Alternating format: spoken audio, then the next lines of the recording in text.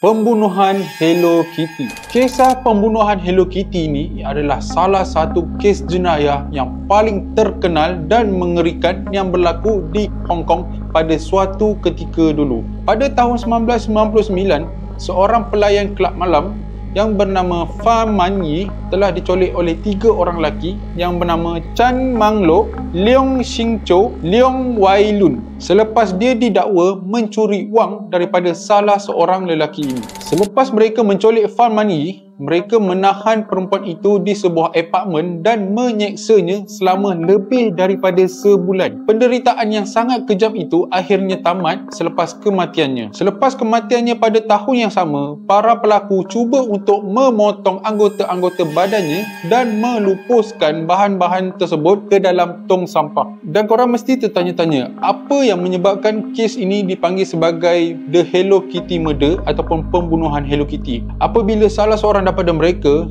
menyumbat tengkorak si mangsa ke dalam sebuah patung Hello Kitty yang berbentuk ikan duyung. Perbuatan inilah yang menyebabkan kes ini mendapat gelaran pembunuhan Hello Kitty ataupun dikenali sebagai The Hello Kitty Murder, dan ia telah mengejutkan seluruh negara. Jenayah ini akhirnya terbongkar apabila salah seorang perempuan yang berumur 14 tahun yang telah pun menyaksikan sebahagian daripada jenayah ini berlaku pergi membuat laporan kepada pihak polis. Keganasan dan kekejaman yang berlaku ini telah pun meninggalkan kesan yang sangat dalam di Hong Kong, dan orang ramai merasa sangat ngeri dengan kekurangan nilai manusia yang berlaku di dalam jenayah tersebut. Kes ini kekal sebagai salah satu peringatan yang menakutkan mengenai realiti gelap di sebalik beberapa ikon budaya yang kelihatan tidak bersalah. So, kalau korang berminat lagi untuk dengar cerita-cerita jenayah yang mengejamkan dan juga cerita hantu yang menyeramkan, korang jangan lupa komen, like, share dan juga follow saya di page ini. Okay?